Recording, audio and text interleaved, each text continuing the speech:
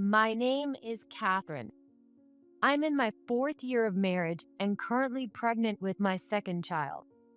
My business journey began when I opened an online shop during my student years, and eventually I ended up owning an actual store. Thanks to that, my company has grown into a large organization, and it's been 10 years now, bringing in significant profits. My husband Bob is an office worker, but I don't know about his job. When I try to ask him more, he always says, Even if I explained, you wouldn't understand. Talking about something you can't get is just a waste of time. after our first child was born, we moved in with his parents. Given the nature of my job, I can't always be home in time to prepare dinner, so the help from my mother in law, Julie, is incredibly appreciated. My father in law, Ken, had an accident a few years ago and has been in a wheelchair ever since. Because of that, we need to take care of Ken. But my in laws support each other and do their best not to burden me. Honestly, I should be the one helping them more, but I'm so grateful for how kind they are. To do something for them, I decided to give them a house that is fully accessible. When thinking about whose name to put on the deed, I realized it would be easier to put it in Bob's name now, considering he would eventually inherit it. So I put the house on my husband Bob's name. Of course, my in laws didn't care whose name it was in. They were simply thrilled to receive a barrier free home. And now I'm pregnant with our second child. I left my daughter with Julie and came to the obstetrics and gynecology for a pregnancy checkup. I finished the checkup as usual and it was time to pay. That's when I saw a pregnant woman and a man who seemed very concerned for her walking out of the exam room. Her husband came with her. I'm kind of jealous, I thought, but then something surprising happened. I recognized the man. No, more than that, it was my husband, Bob. What is this? Could this woman be Bob's mistress? I felt dizzy. I never imagined I'd run into them here. But with so many pregnant women around, I couldn't cause a scene. I forced a smile and approached my husband. Hi, Bob. What? Who is this woman? Your mistress. Wait, Catherine, what are you doing here? I'm here for my checkup, of course. It looks like she's here for hers too. You don't come with me, but you're here with her. Does that mean you love her more? No, it's not. It's not like that. Bob was flustered. The woman looked sad when he said it wasn't true. How could he make not only me, but also her feel this way? I'll just say the father of my baby has passed away then. No, that's not it. You don't have to panic so much. You've got it all wrong, Catherine. It's not like that. Just by looking at you two, I can see your relationship. Look, poor thing. Your precious girl is standing there with such a sad face. I feel sorry for the baby. What could possibly be not like that? It's clear as day they're having an affair. It's okay. I told you when we got married, didn't I? If you ever fall in love with someone else, I'll walk away quietly. So please, take care of her. That's right. I said those exact words when we got married. He laughed it off, saying it would never happen and that it wouldn't be so easy to just separate like that. But that's where he was wrong. I'm not someone who clings to things. I value my own happiness and don't want to cause anyone sadness, especially when a woman is pregnant and made to feel sad by the actions of my husband. That's something I can't stand. As long as I can endure it, everything will be fine. Saying the Father's in heaven means we're getting divorced, right? I don't want a divorce. Please, Catherine, don't misunderstand. I don't think it's a misunderstanding. Oh, they're calling me. I'll be going now. We'll talk when we get home, okay? Once we talk, you'll understand. He was desperately pleading. But what was there to misunderstand? It wasn't a misunderstanding. The truth was clear. He had a mistress, and she was pregnant, even though I'm pregnant myself. I left my husband and his mistress standing there and rushed out of the hospital. As I drove home, no matter how much I tried not to, I couldn't stop thinking about him. He kept saying I was wrong, but what exactly was wrong? Maybe she really wasn't his mistress after all? But no, it's clear as day they're in a relationship. In fact, they looked more like a married couple. Why else would they be at the obstetrics and gynecology together if they weren't either lovers or spouses? There's no other explanation, which means they're definitely in love. The promise I made when we got married kept replaying in my mind. If you ever fall in love with someone else, I'll leave you without making a fuss. I didn't actually want to do that. So why on earth did I make such a promise? But if he has cheated, it must be because I'm lacking in some way. In that case, divorce might be for the best. If I continue to hold on to him, it will only lead to both of us being miserable. For his happiness and for hers, I need to step aside. I should just let go. The thought kept cycling through my head as I drove over and over. It was like a maze with no exit, where I thought I had found the answer, only to lose it again. I'm not the type to cling to things. That's right. I'm not attached to him, so it's fine. I'll let him be with her. I have my job. I have money. I won't be left wanting for anything without him. But she'll need him. Especially once the baby is born, it's better for both parents to be together. But I just can't forgive the betrayal. Cheating isn't just infidelity. It's a personal betrayal against me.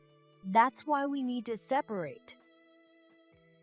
By the time I arrived home, I felt like I finally had my answer. When I walked in the door, my daughter ran to me, thrilled that I was back. Welcome home. You're late. I was starting to worry something had happened. I'm sorry I'm late.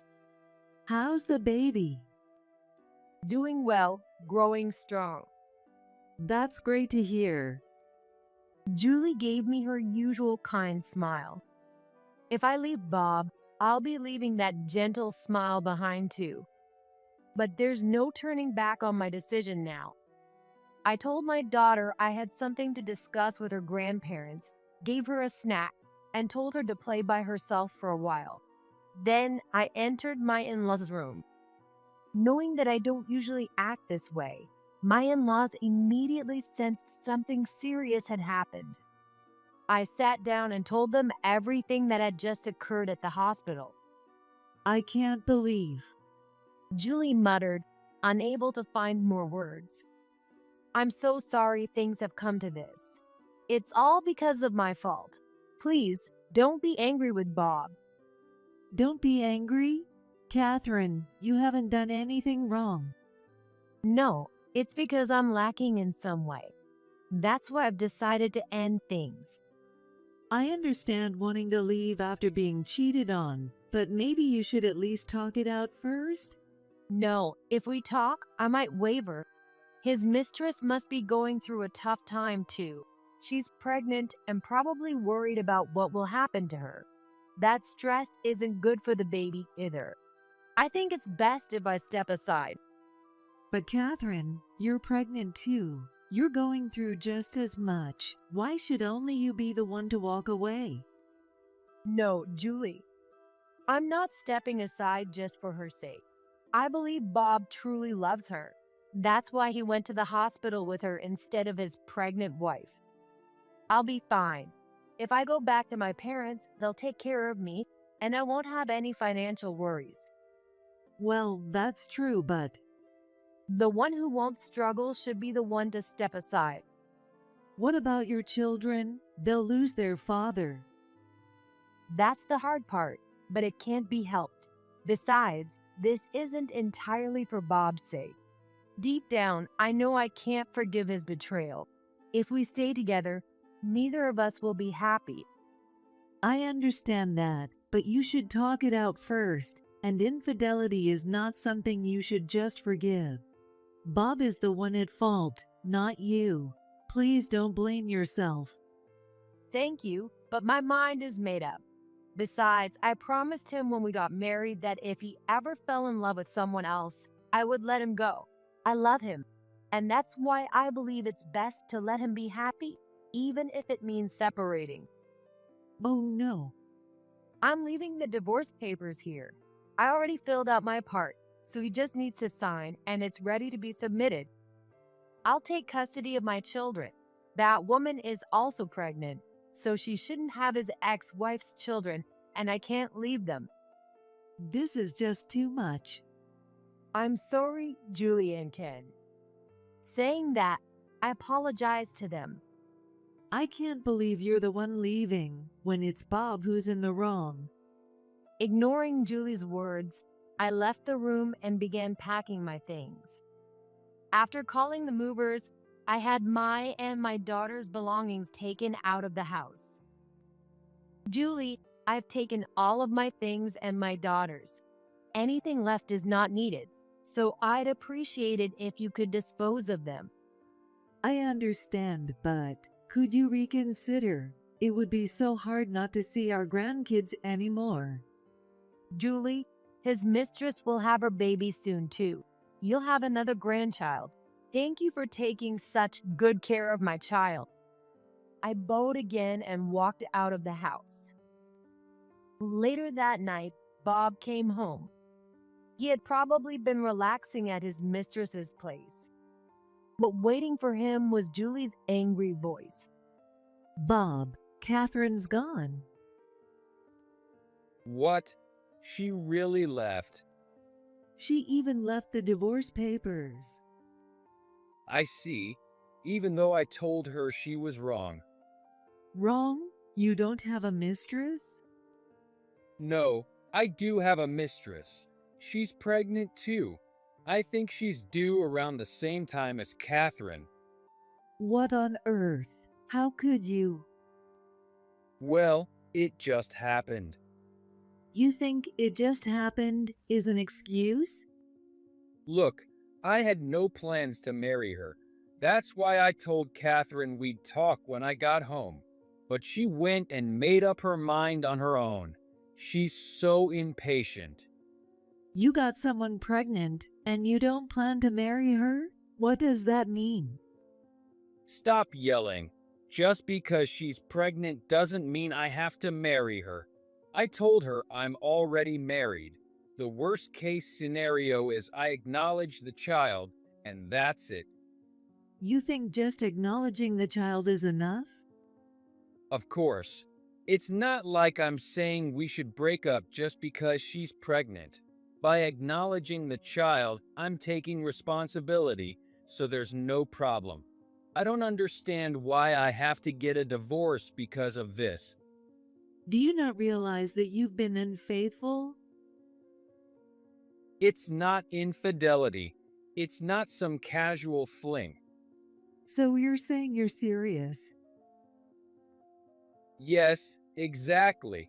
If it were just an affair, I'd have told her to get an abortion. I want to acknowledge the child because I'm serious about this. How foolish. You already have a wife. And what's wrong with that? Why can't I love more than one woman? There are countries in the world with polygamy. Even in the US, we used to have it. It's only because of monogamy that things get complicated.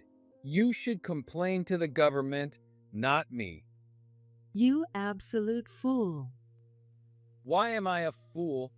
It's natural for a man to want to be with multiple women. I'm just being true to myself as a man. How stupid can you be? Catherine was such a good wife. What more could you want? What more? I didn't want anything else.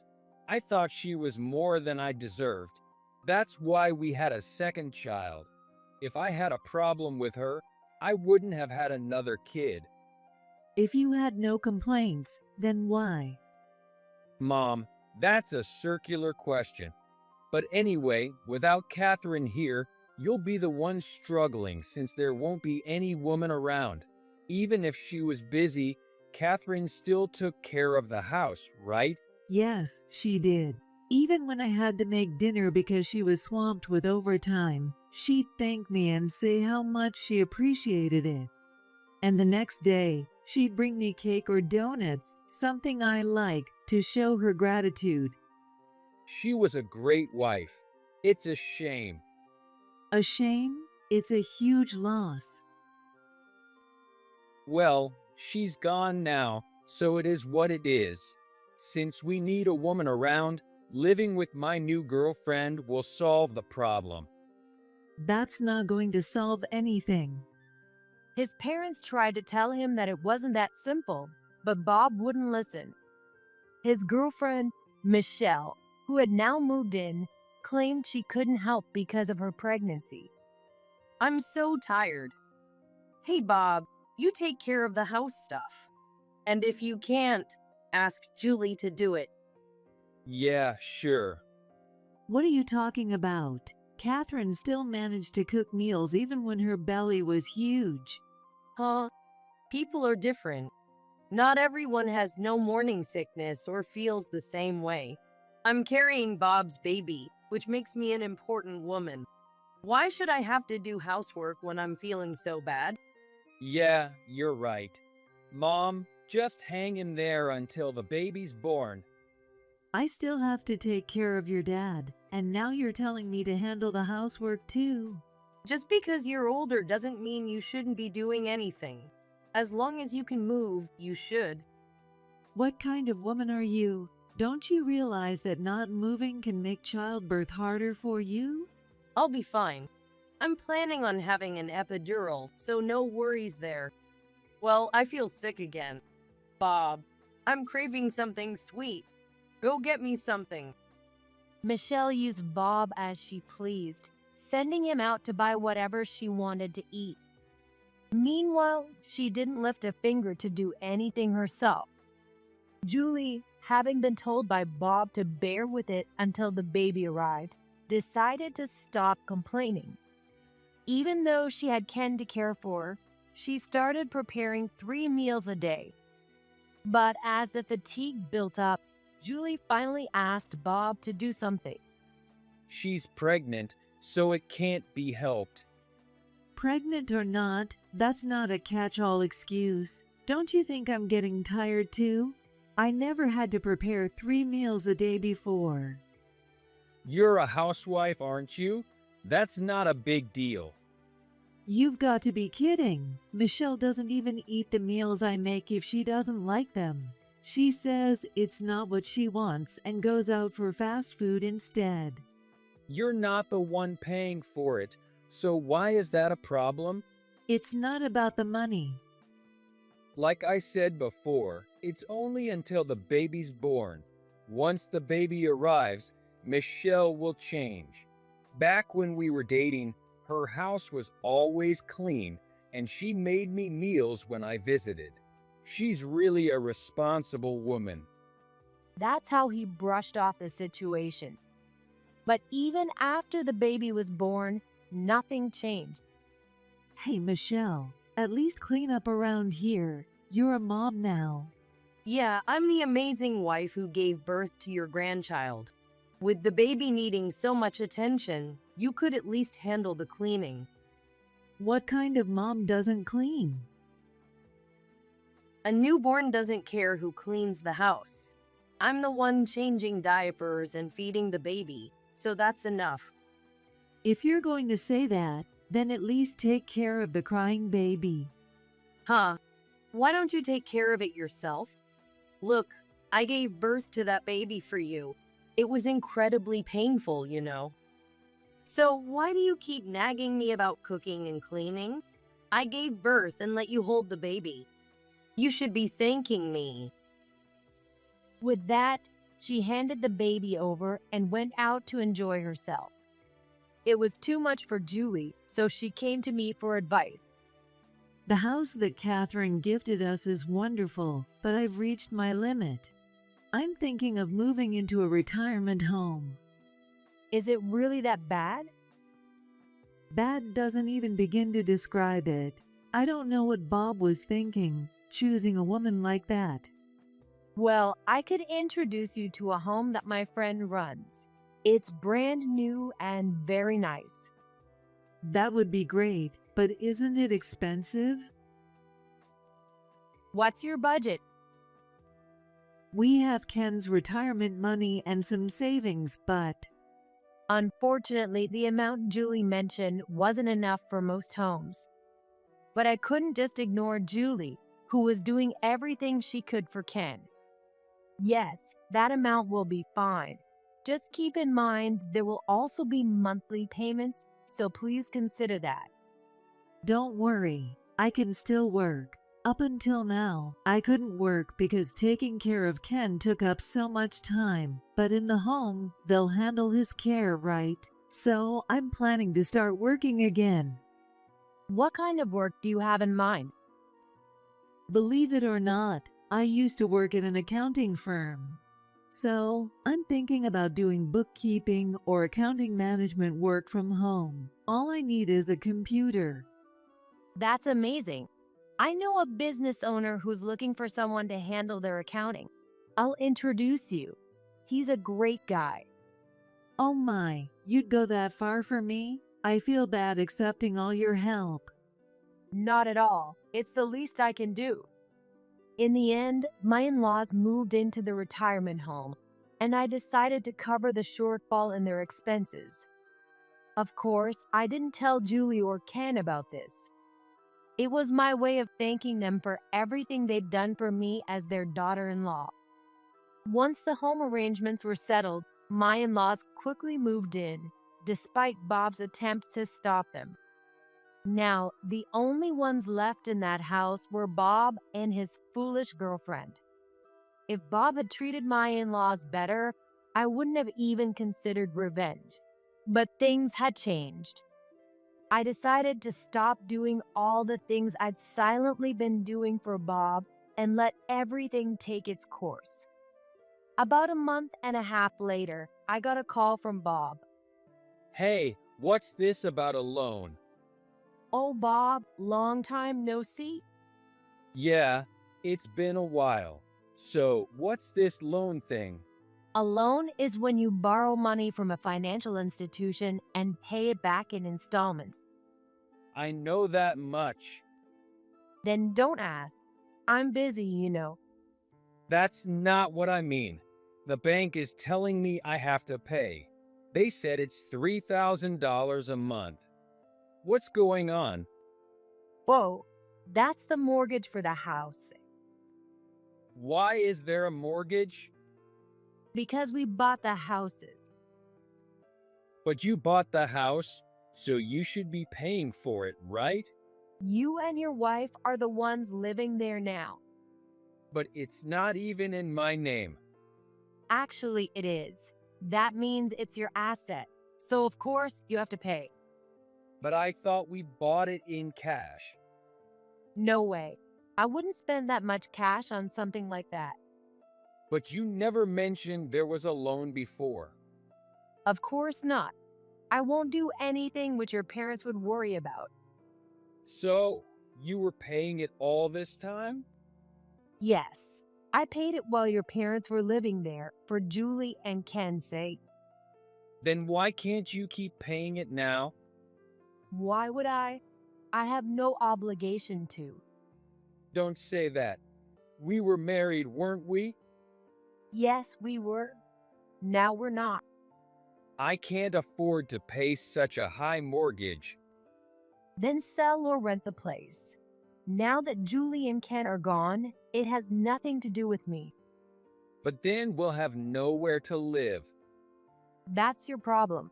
And I'm not paying the utility bills anymore either. You've been using them freely, but now you'll have to cover them yourself. That's impossible. Why? Everyone pays their utilities and mortgage from their paycheck. I'm not working. What? You quit? No, I was never really working in the first place. What? You told me you had a job. Well, I figured since you're the boss, I didn't need to work. Oh, so that's what it was. That explains a lot. In my life with Bob, we both contributed to the household expenses. But since he didn't make much money, I often covered his share. Sometimes he even said his allowance wasn't enough because of other payments, and I'd give him more. But as the company president, I never really struggled financially. So I figured if he couldn't pay, that was just how it was. Now that mom and dad are gone, I can't rely on their money anymore. You were relying on their money? Well, yeah, but it's not like I had a choice. I wasn't working, and they had retirement money and pensions. It's not unreasonable to lean on that, right? You're pretty pathetic, aren't you? I'm really glad we got divorced. Come on, help me out. Maybe you should ask your wife to help you. I'm sure she'd hate it if I stepped in. No way. She wouldn't mind. And what makes you think that? Who would be happy knowing another woman was giving their man money? That would only make her suspicious. She's an understanding person, so she wouldn't get suspicious over something like that. In fact, if I told her there's someone willing to help, I'm sure she'd be happy and would probably thank Catherine for it. If that's true, then she's just as crazy as you. And let's not forget that Julie and Ken moved into a home because of your wife. I have no intention of helping you. Come on, don't say that. It's not that big of a deal. I mean, they had enough money to move into a home. That's a good thing. You're the one who pushed them out. You and your wife. How can you not feel the slightest bit of guilt? What's gotten into you? You didn't even get mad when I told you I had a mistress. Why are you being so cold now? I didn't get mad because I thought it was partly my fault, and I don't have the luxury of losing my temper. You can't lead people like that. But that doesn't mean I enjoyed being replaced. Well, whatever. Just help me out, will you? It's not whatever. Anyway, good luck. I'm done here. With that, I hung up the phone. After that, I didn't hear from him, so I figured he and his wife were managing to pay the mortgage somehow. But about a year and a half later, Bob called me again, sounding desperate. Catherine, what am I going to do? What's wrong? They're telling me to move out. Isn't it awful to be kicked out of my own house? If you were paying the mortgage, that wouldn't happen, would it? We got letters about it, but I ignored them. So, you knew this was coming then? Well, I thought we could just keep ignoring it. I mean, it's just letters. What? Look, please help me out.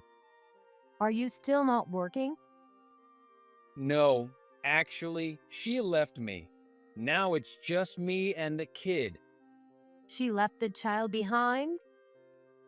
Yeah, she said she couldn't stand living in poverty like this anymore. What a terrible thing to do. Apparently, she found a guy who's more well off, but she said the kid would just get in the way, so she left him behind. If things stay like this, the kid's going to suffer. So, please help me out. I see. That's unfortunate, but it's not something you should be asking your ex-wife for help with. There are plenty of single fathers out there who manage just fine with a job. You should do the same. Frustrated by how pathetic he sounded, I hung up the phone. Of course, if it were true, the child would be in a tough spot. So I immediately asked my staff to investigate the situation, only to find out it was all a lie. Apparently, right after I hung up, there was a woman with him. How did it go? She wouldn't help. You really are useless. She's loaded. You should have put more effort into begging her. It's impossible. We didn't exactly part on good terms. She's too smart to fall for it. Are you saying I'm not smart? No, that's not what I meant. That's it. I can't live with a man who can't provide. This was your last chance, but I'm done. With those words, Michelle took their child and left. When I heard the news, I knew I had made the right decision to leave Bob. After that, the house was put up for auction, and Bob was evicted. Homeless, Bob turned to his parents and went to the retirement home. However, with Julie and Ken working so hard to pay for their stay, there was no way they could support Bob. Naturally, they refused. Desperate, Bob reached out to me again. Listen, I'm really all alone now. I've got nowhere to work, nowhere to live. If this keeps up, I'll be left to die in the streets. You're the CEO, and surely you can take care of me, right? Bob's pathetic plea made me decide to offer him a solution. There's a live-in job available. The company will cover the utility bills. Why don't you give it a try? There's really a jobs like that? So I introduced him to a jobs, but it was at a management office deep in the mountains. It was a job where he would be living alone for years. But true to his nature, Bob, who hated being alone, couldn't handle the isolation and abandoned the job coming down from the mountain. I have no idea where he is now, and I have no interest in finding out. As for me, I occasionally take my children to visit my in-laws at the retirement home. Both of them are doing well and living peacefully. Julie still takes on small jobs here and there to help pay for the retirement home. I secretly cover whatever is lacking for my in-laws, but as long as they stay healthy and happy, that's all I need to feel content.